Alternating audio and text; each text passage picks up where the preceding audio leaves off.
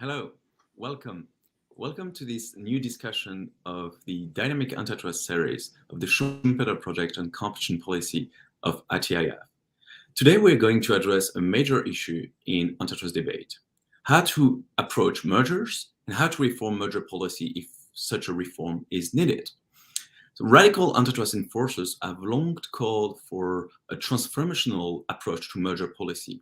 We hear claims that we're currently experiencing an unprecedented merger wave and that the economy is concentrated as never before, and therefore that an aggressive stance on merger policy is warranted.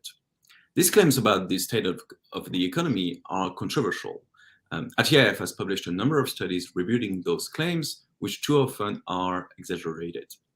But more fundamentally, the antitrust reformers want to include in the way antitrust authorities review mergers, a wide range of considerations, from protecting workers to the environment, from protecting competitors to restructuring the market to protect smaller businesses. These efforts have materialized in a number of initiatives over the last year only. For example, the new FTC chair, Lina Khan, has announced last September that the FTC would withdraw vertical merger guidelines adopted just 1 year before, both by the DOJ and the FTC. This radical change surprised the antitrust community, and prominent scholars have weighed in to raise doubt about this decision. A month before, in August 2021, the FTC has begun sending letters to companies alerting them that despite the expiration of the waiting period for merger review to take place, the FTC's investigations into the mergers remains open. In other words, the FTC announced that companies can choose to close the merger deals, but will do that at their own risks. So these letters illustrate the threat that the FTC is making to unwind consummated mergers. FTC can seek to break up companies after these companies have merged. This Neo-Brandeisian revolution is unprecedented and sudden. What does it mean for business, for the reform of merger law, and more generally, what does it mean for the state of merger enforcement in the US? To discuss these important questions at a critical time, I'm delighted to be joined by two distinguished practitioners who have long experience in mergers. Christine Limasi is partner at the law firm Gibson, Dunn & Crutcher. Christian has served previously as a top enforcer official at the US Department of Justice Antitrust Division, where, as a section chief, she helped shape and implement the agency's enforcement priorities and policy for both merger and other business practices across industries. Corinne Wrong-Irvine is partner at the law firm Axin. Corinne has testified before Congress on domestic and international antitrust issues. Corinne previously served at the Federal Trade Commission as attorney advisor to Commissioner Joshua Wright and counsel for intellectual property and international antitrust. She authored over 60 articles, including about vertical mergers, restraints, acquisitions of potential competitors, consummated mergers, and other antitrust issues. Christine, Corinne, thank you so much for joining us today. Before delving into the discussion about how antitrust agencies may reform merger review and how they should do it, let's kick off the discussion with a hot topic on mergers, the so-called killer acquisitions. So the notion of killer acquisitions emerged a couple of years ago with a handful of academic articles. This argument goes like this: an incumbent acquires a potential competitor, discontinues the product of the acquired firm to monopolize the market, and hobble competition. Nascent competitors are killed in their incipiency. Does this theory hold water in practice? Isn't the law already designed to capture incipient and nascent competitors acquired for anti-competitive purposes? So, Karen, do you want to start with this notion of killer acquisitions? What do you think about this notion as a way to rethink and reform merger law? Sure. So thanks so much for having me.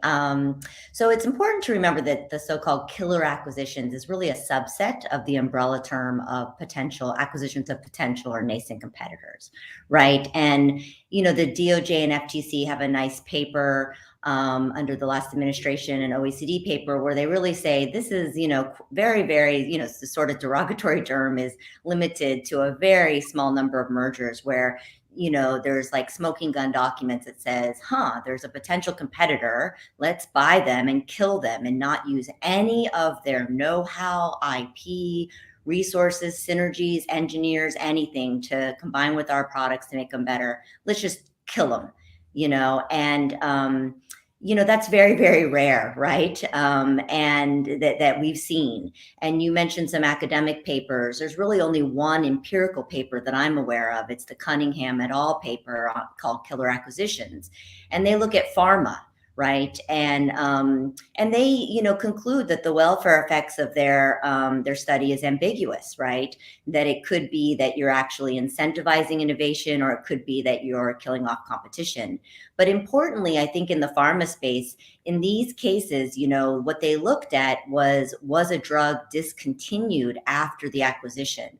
And there's lots of reasons why a drug could be discontinued after, right? Without those sort of smoking gun documents that says we're not even going to try. I don't know how you call it a killer acquisition, right? I could be a pharma company. I could say, wow, this looks really promising, knowing that most drugs fail.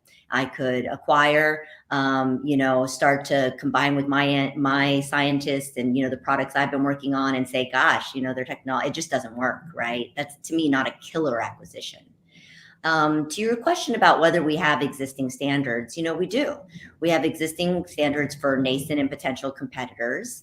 I think one thing that's really important to remember is that people talk about, buying a potential or nascent competitor, stamp them out, especially potential competitors, right?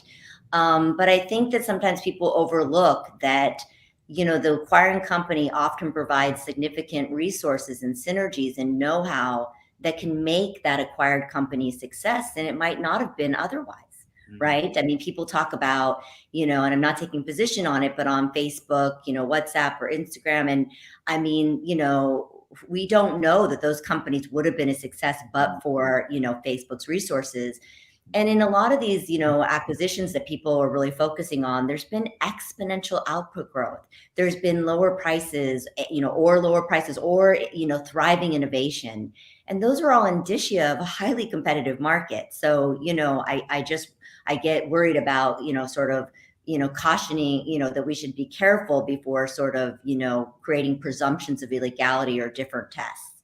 The last thing I'll say is that, I don't think this should be factored into the antitrust analysis, but into the policy debate, we should think about incentives for venture capital funding, right? There was a nice hearing on the Hill that Senator Lee and Klobuchar, I think, jointly sponsored or jointly, sponsored, and there was, a VC representative that talked about how the incentive for many startups is to be acquired, right? That's their actual incentive. There's a lot of surveys on this too. So I do think we have existing standards that are sufficient. They are difficult. I will admit, people really balk at the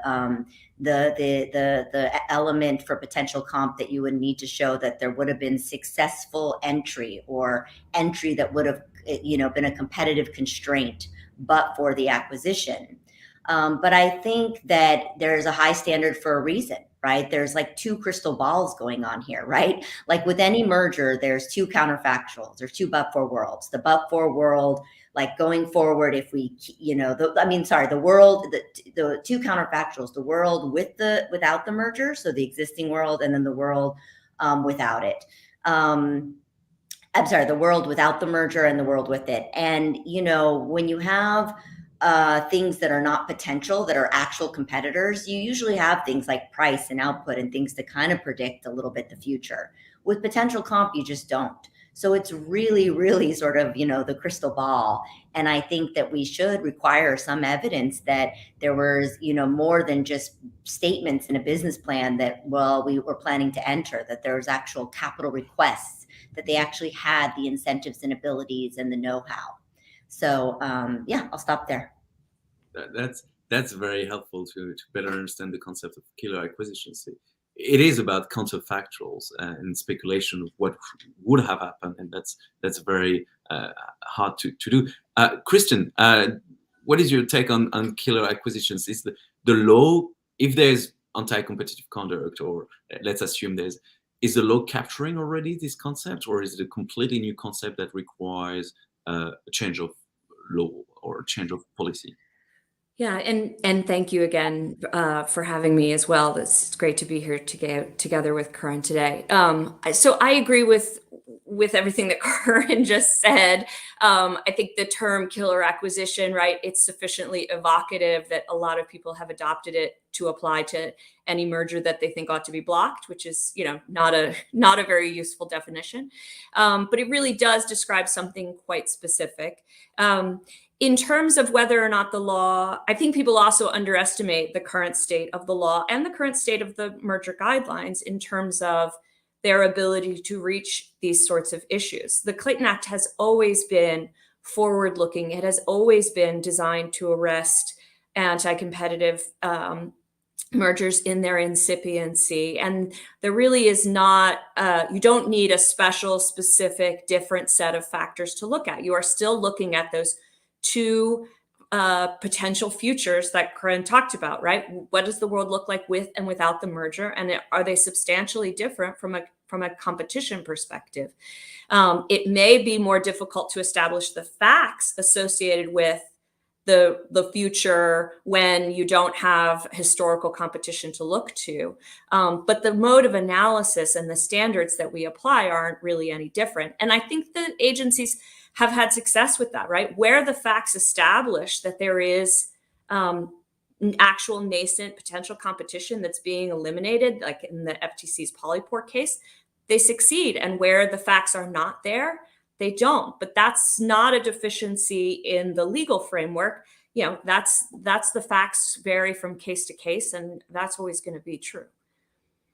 If I can just add one thing too about, when we're talking about is the law catching things, that's an empirical question, right? And there's retrospectives. And so I have a paper with Jimmy Moore, one of my colleagues at Axon, and we go through all of the, evidence put forward that we have a problem with existing merger standards, especially potential comp, and in need of a change. And we look at all of these, and really the majority of them are theoretical papers, right? And I'm not saying theory is not important. It has a place. But theory tells us nothing about whether we had a systematic under-enforcement problem, whether we actually did. So I looked at all the merger retrospectives, Carl Shapiro and others, and they really didn't have to do with potential comp, other than like one study that didn't actually show there was a problem. They were really about straight sort of horizontal mergers. And there was even problems with the retrospectives that I'll put aside, but there were statements about how we have a problem with potential comp, but just no evidence. And then looked at the Cunningham et al., the killer acquisitions paper, and there's one other empirical paper, the kill zones paper. But neither of those, there's problems with both of those, but neither of those really show that we have the systematic problem. Right. That's a very important point. And the kill zone, that the idea that venture capitalists will crowd out because you're in an area where there are tech digital giants. I think it's totally right that the paper is more theoretical and it's hard to see in practice. And so would you both agree that there's no systematic failure in merger enforcement, like a systematic under merger enforcement? What, just very quickly, over the last few years, what is you think is optimal? I mean, I don't think we have any evidence, right? I mean, Kristen and I were talking about this before, that I think a lot of this debate comes down to different beliefs, faith in market versus faith in governments to intervene, what we call type 1 and type 2 errors or false positives.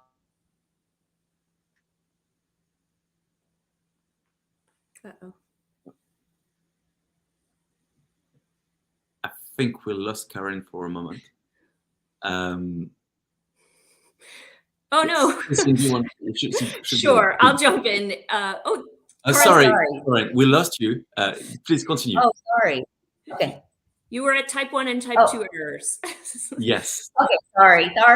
Okay, so, the idea that our Supreme Court has said, we're much more worried about intervening when we shouldn't, getting it wrong, than not intervening when we should, because the markets can self-correct over time if you don't intervene when you should, whereas if you do intervene when you shouldn't, it has a chilling effect, right?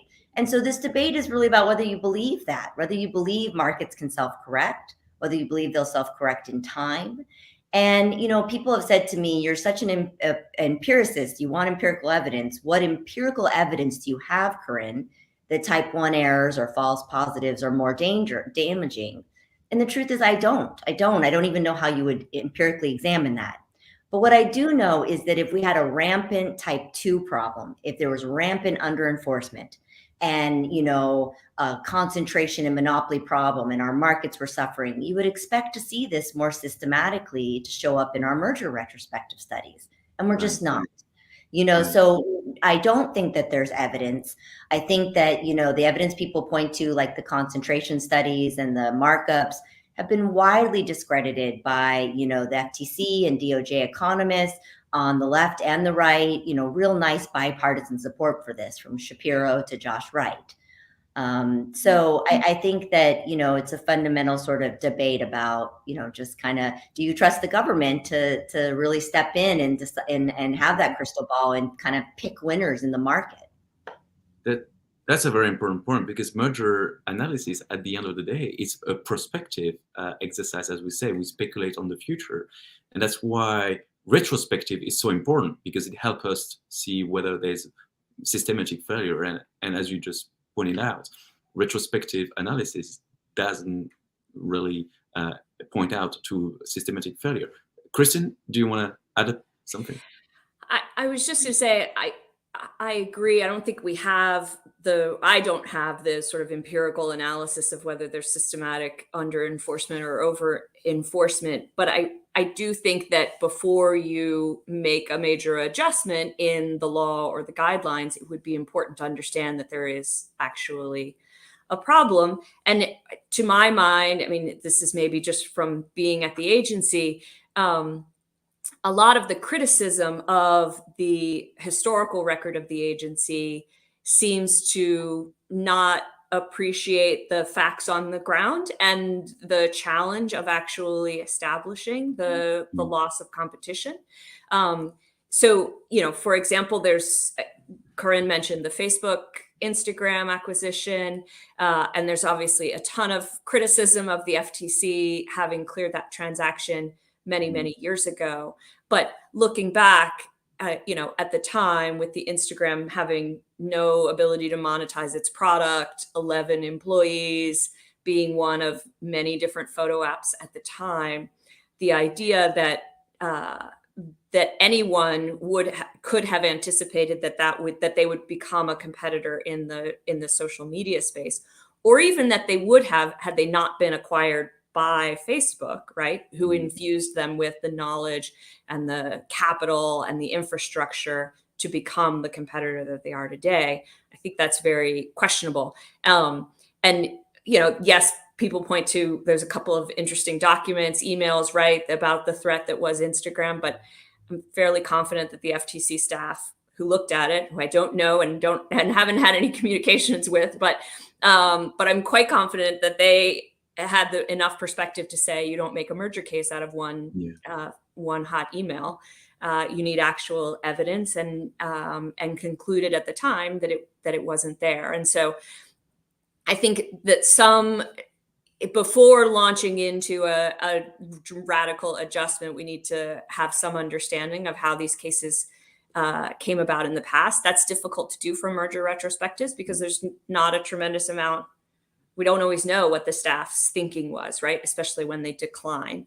But that's where the agencies can do that sort of internal investigation and look at their own practice and have a better understanding of that. That's a very important. I want to make sure I love that, I don't know if I love, but we're agreeing, right? And so I want to make sure that we put out the other side, what I think is maybe the best arguments.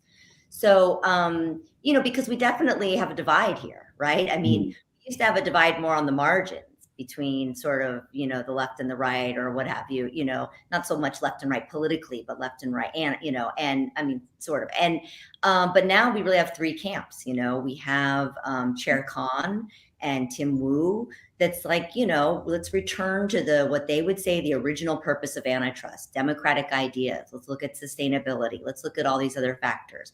They would say we have a mess. We have concentration in market power and markups rampant. Then we have, more to the right, the more let's status quo, consumer welfare standard. Let's keep antitrust tethered to sort of the methodological rigors of economics and have real theories that have testable implications. And let's look at output and price primarily, and quality, but primarily output and price. And then the middle, that's like, well, we have some problems. Let's play on the margins. Let's not throw everything out, but let's have, some burden shifts. To me, one of the best arguments for change is that, okay, dynamic markets, the idea is that short run market power is a feature, not a bug. It's sort of, Apple creates the iPhone and there's an entirely new demand curve. So yes, they have monopoly power for a while at least, but there's incredible welfare, right? And that's kind of what leapfrog innovation is, or, take over the market competition. But their argument is that, well, but it's supposed to be short run. We're supposed to see lots of dynamic competition, and we're not. We have the same people, what they would say are dominant. And so, that's something to grapple with, right? I think, the idea is that those people are staying there because of barriers to entry, or so-called barrier to entry, like data. And I think that it's important to look at that a lot of these companies, Google, Amazon, et cetera, what they did is enter first and collect data in a niche, like books and, and for Amazon, and then expand. They entered first, they collected data, and they became highly successful. And that we are seeing entry with Pinterest, Snapchat, and it is possible to do this, right? But I think if you believe the concentration studies, if you believe that markups are a problem, I guess I don't know how we bridge the gap and have a dialogue. We're just really on opposite sides, right? And so that's been a struggle for me with the new administration of how do you have a dialogue and reach some middle ground when people are so entrenched in their sides. That's right. I mean, the debate is getting very intense, and the sides seem very opposite. It's hard to get a middle ground agreement. I just want to go back to mergers, and there's a thought coming. Say, as practitioners, you see companies filing for mergers and making their case for these mergers to be approved. I mean, the Neo-Brandeisian Corinne just described, see the lack of block mergers as an evidence of under enforcement. But don't you think that as practitioners, you see that the quality of merger requests also improved and the divestiture also increased, meaning that the firms that merge are also better prepared to make their case for the antitrust authorities, so that the antitrust authorities are less keen to block those mergers, and sometimes they just can propose some remedial solutions that are good enough. Christine, what do you think about these? Is blocking merger evidence of strong merger enforcement, or also the quality of filing for mergers is an important criterion that shouldn't be overlooked? Yeah, I think it's absolutely true that just looking at litigated merger cases tells you a very narrow slice of the story, right? I mean, first of all, we know very few go to litigation for a whole host of reasons, separate and apart from the merits on either side. And to your point, it doesn't tell you about mergers that have been addressed through remedies. And that's why I think we've seen some rhetoric coming out recently that the agencies are less inclined to settle and to resolve merger challenges through consent decrees resolutions, which I think is a real missed opportunity. I mean, the idea, if the agencies articulate a potential competitive harm from a transaction and the parties propose a remedy that cures that merger, that, and there's an agreement on that. That is the Clayton Act working. That is successful merger enforcement. That is altering the transaction in such a way that eliminates the competitive harm. That should be a win for everyone. And the idea that that is somehow a signal of weak merger enforcement or a failure of the process, I just think is fundamentally misguided. I mean, the purpose of the Clayton Act is to ensure that mergers don't cause that anti-competitive harm. And if you can avoid that through divestitures or other remedies, then that's the system working. And so I'm interested, there are some questions in the agency's RFI around the merger guidelines about the process for proposing remedies, which I think are interesting, but also the divergence between the two agencies on their approach to remedies right now, and the sort of, we've had some remedies guides that have been issued and retracted and issued again. And I think it's I would like to see the agencies really focus on describing the sorts of remedies that they would be willing to accept in these cases, because I think that really does put the parties in a position to be constructive in their communication with the agencies. And it puts the agency in a position to fulfill their mission but while conserving resources, which ought to be the goal.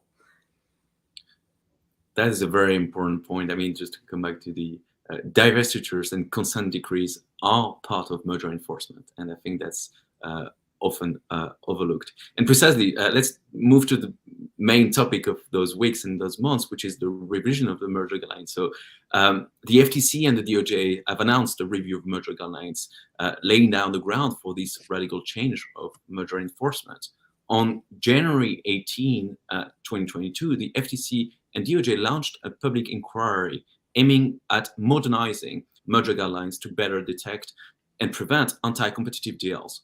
So Chair Khan stated, quote, "This inquiry launched by the FTC and DOJ is designed to ensure that our merger guidelines accurately reflect modern market realities and equip us to forcefully enforce the law against unlawful deals," end quote. As a preliminary remark, it is hard to fathom a process of modernizing merger guidelines when the vertical merger guidelines are only 1 year old and the horizontal merger guidelines are only 10 years old. It's not really, I think, about modernizing, since market realities and antitrust thinking haven't changed much since these guidelines have been adopted. I think it's about revolutionizing merger guidelines, hence the title of this discussion, which is The Revolution Against Mergers. So the Schumpeter Project has submitted comments on March 16 to the FTC and DOJ about the reform of merger guidelines. We argue that the revision of merger guidelines should refrain from embracing the populist narrative that pursue market deconcentration and corporate disintegration through breakups at the expense of companies' innovation, efficiency, and more broadly, at the expense of the very process of creative destruction which drives welfare and progress. Christine, what does this revision aims to achieve? What's the goal of this revision? Because we have with this request a number of questions that the agencies are asking, and what's the sense of the direction that these two agencies wants to aim toward? Yeah, I mean, look, we're reading the tea leaves based on the questions, right? And sort of making guesses based on speeches and other statements about what's behind the questions. I do think that I don't think it's inappropriate for the agencies to consider revising, particularly the horizontal merger guidelines. I know they're only 12 years old, but I think we are continuing to learn new things. I think there are issues that aren't as fully addressed in the 2010 guidelines as they could be. I think we've learned a lot more about bargaining leverage theories. I think that's been explored more in the courts since they were published. There are things that can be expanded. And I think that could be beneficial. I think to your point, some of the questions suggest not that the goal is to incorporate more recent learning, developments in sort of economic theory and our experience in the courts, but rather to adopt things that might go beyond what the law actually provides right now, right? So, for example, there's a question about whether or not evidence of head-to-head competition between the merging parties should be sufficient to establish a substantial lessening of competition. That's something that seems contrary to the governing law about the Clayton Act requiring a substantial lessening of competition in the market as a whole. And there's all sorts of reasons why a reduction in head-to-head competition between the merging parties might not tell you very much about the competition in the market as a whole. And so if the goal is to have the guidelines express something that is not actually supported by the courts, I think that's fundamentally misguided. I think it's going to undermine the value of the guidelines themselves. I was at the agency when we wrote the 2010 guidelines, and the very first thing we did was a deep dive into the case law, right? An understanding of what the courts had said about the merger guidelines and merger analysis generally, right? What do they have to say about market definition? What do they have to say about unilateral effects, coordinated effects, remedies, right? Let's understand the landscape that we're operating in. And then obviously the guidelines are a statement of agency policy. So they're not designed to be a sort of retrospective on the law. But I think it's foolish to revise them without understanding that context. So I am concerned that there are places where the agencies are interested in revising the law through guidelines, which I don't, there's a mechanism to revise the law, right? And that may be a path that the agencies are also considering. But I think the guidelines have been, the horizontal merger guidelines in particular, have been wildly successful as guidelines, right? They give a tremendous amount of information to the business community. They give a tremendous amount of governing framework to the agencies. They've been cited in the last 21 litigated merger decisions.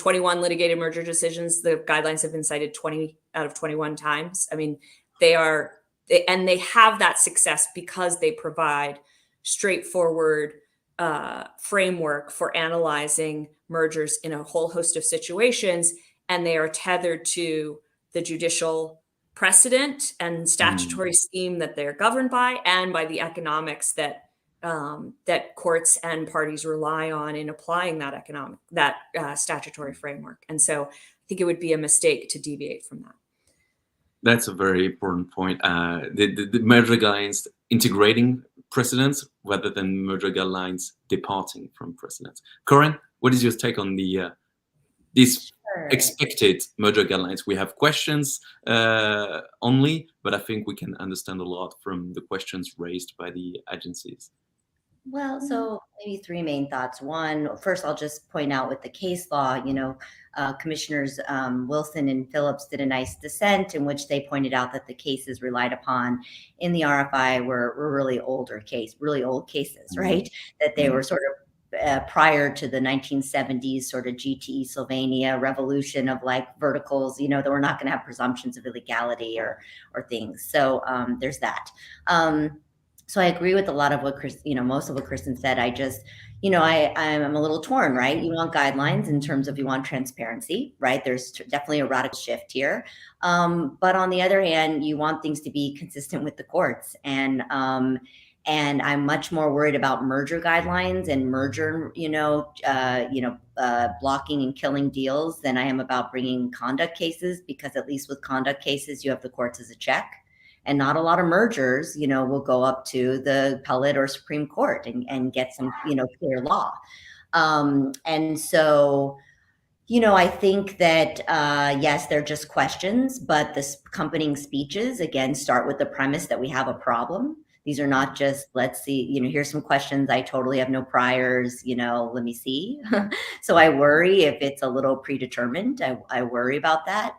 We saw in the non-competes, consultation that the FTC did for rulemaking, there was just a lot of on one side, and speeches that were sort of predetermined.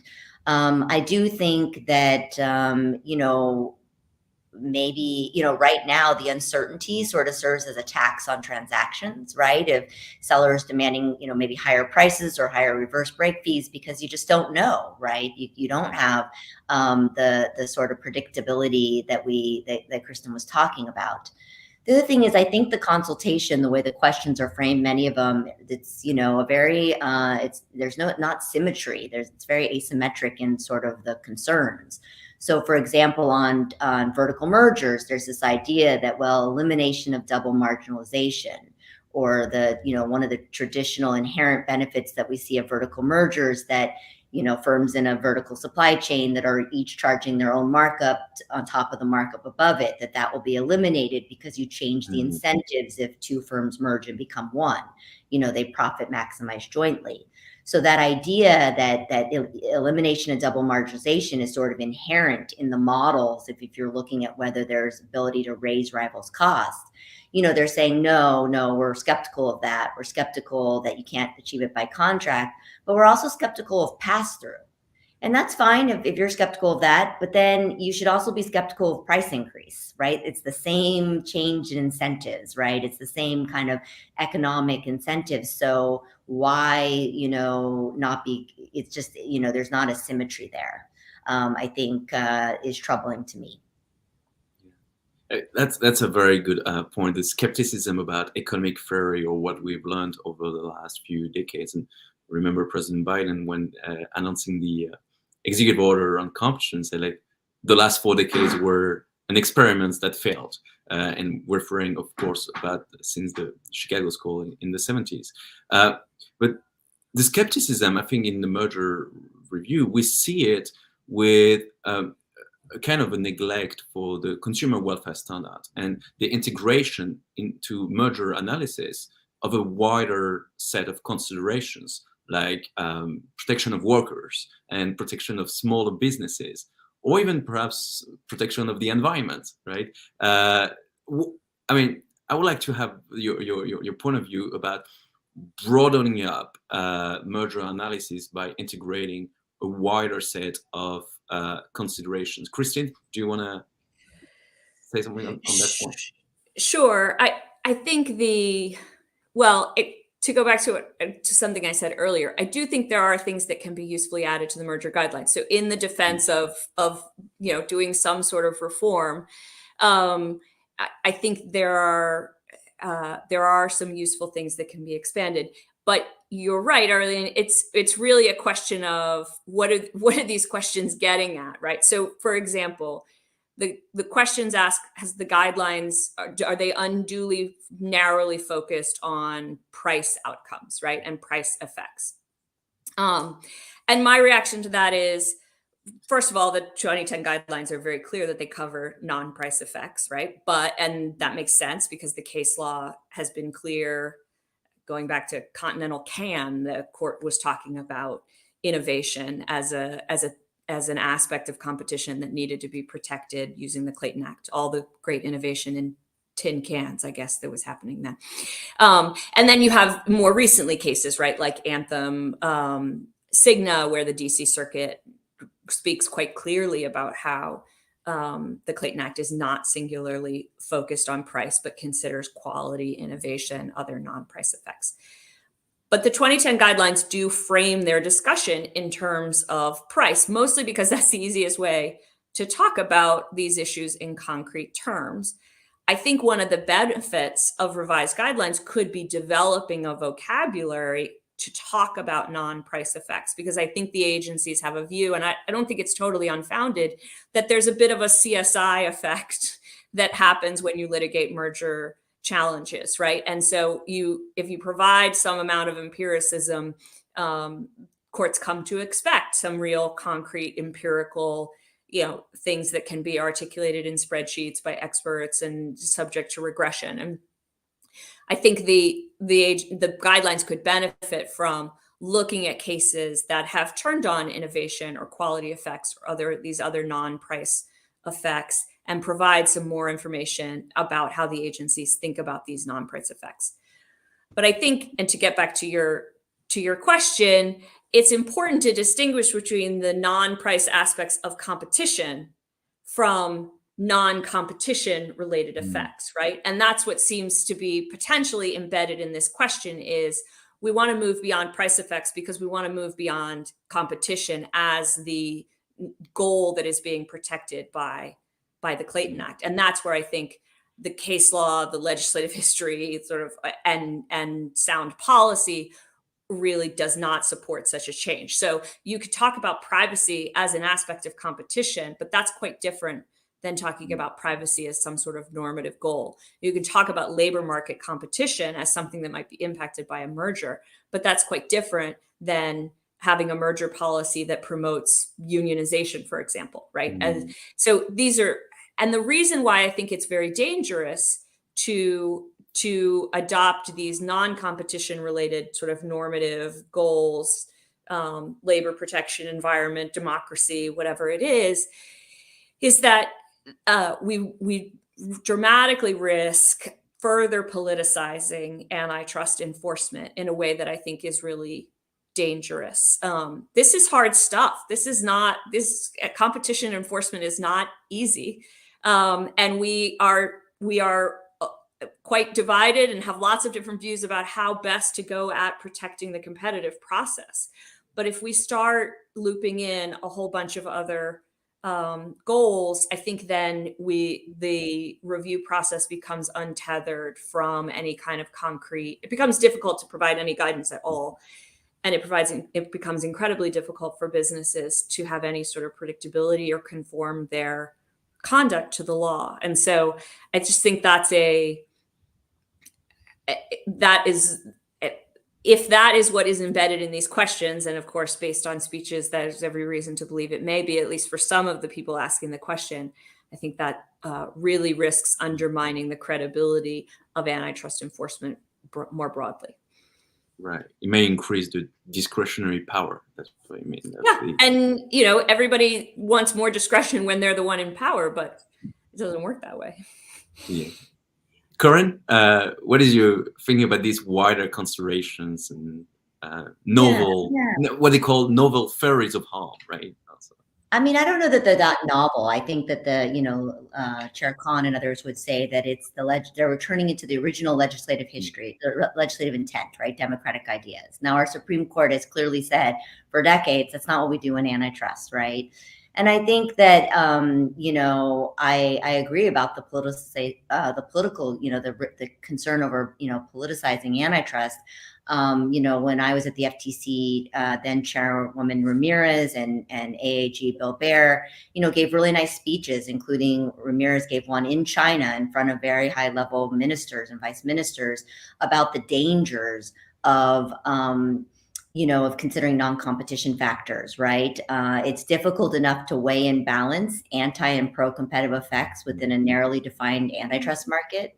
I don't know how you then say, well, we get this much cost savings and prices will be lower, but we're going to have less unions or less local procurement or less environment. How do you balance and weigh that, right? They're just completely different things. And I was on a panel with Chair Khan before she was chair back in 2017. And we talked about this issue and I raised the administrability issue. And, at least at that time, she did, sort of say, it's very, very difficult. I mean, but that's the legislative intent. And so to me, when the news broke that Lena became chair, I got emails from senior enforcers around the world sort of saying, whoa, so are you going to be telling us now that everything the US agencies have taught us for decades is now wrong and going to flip? Like that's, we really admire the US because there's sort of, testable theories with implications, and you can test them with the economics and see if they work or not.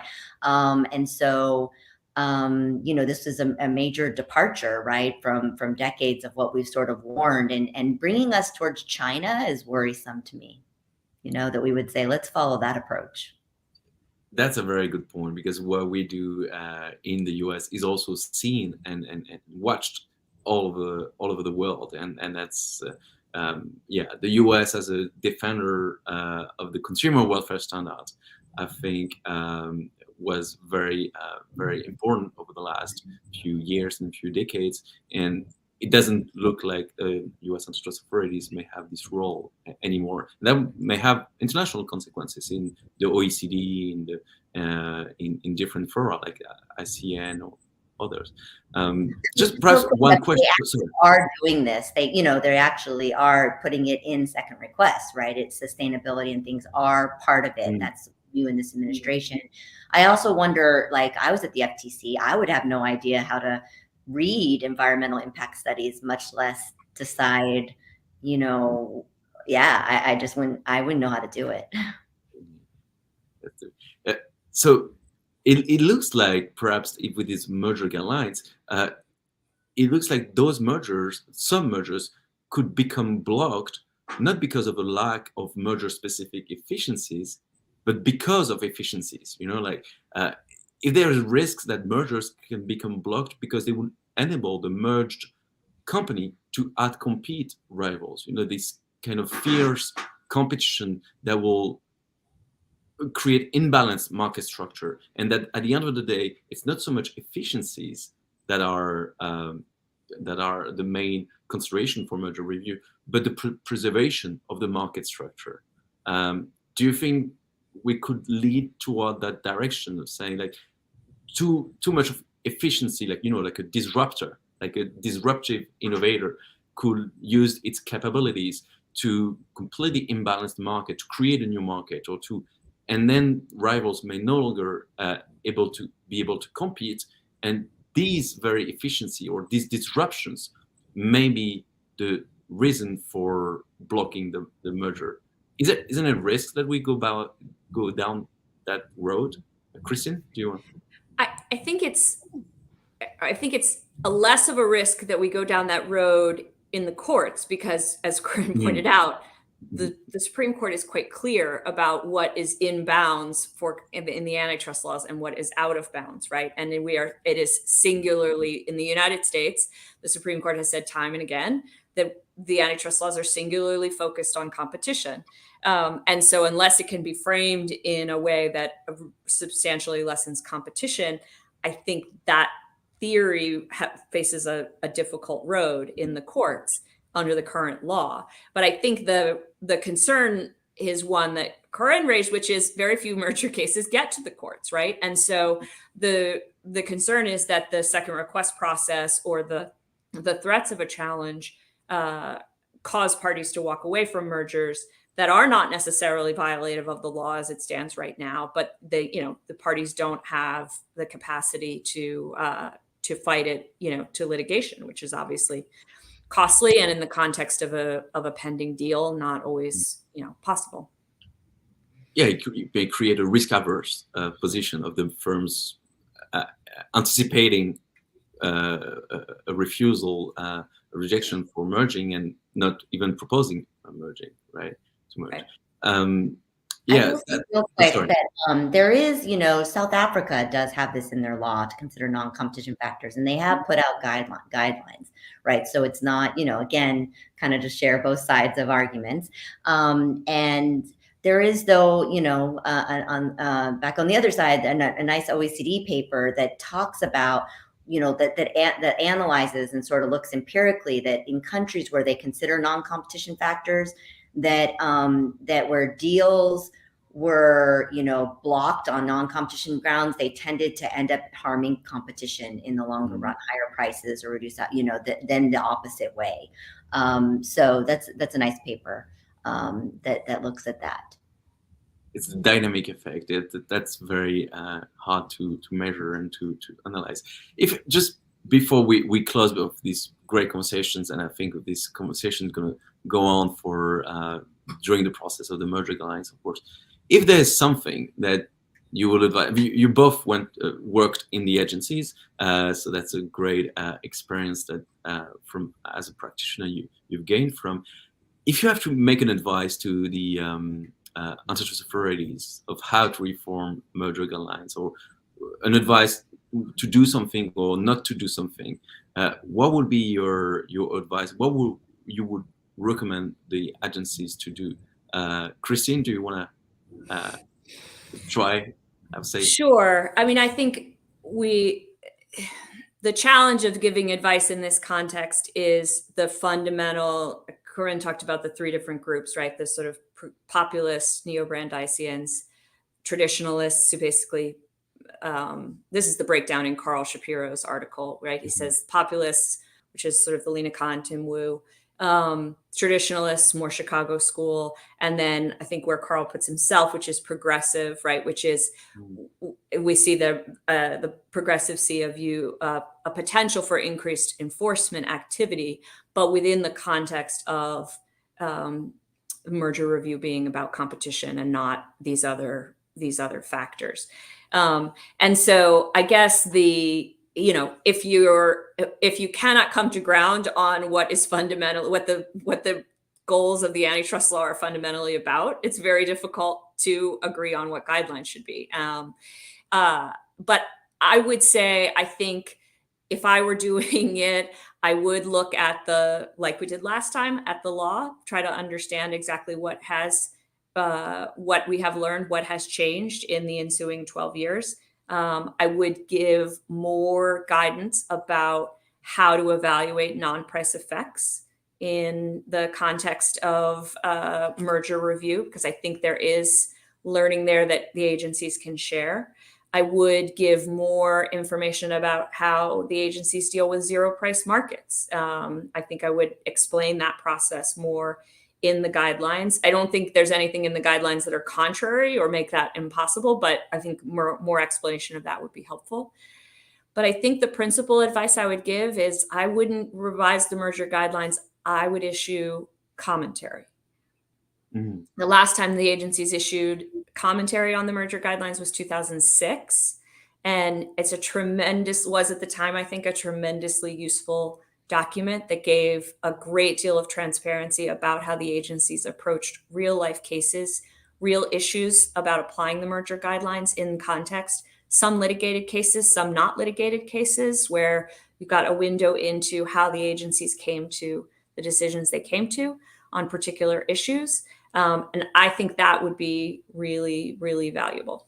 So that's what would be my That's a very interesting point. A commentary, so that with the existing merger guidelines, but to comment, and that would also help bring more legal certainty and for businesses.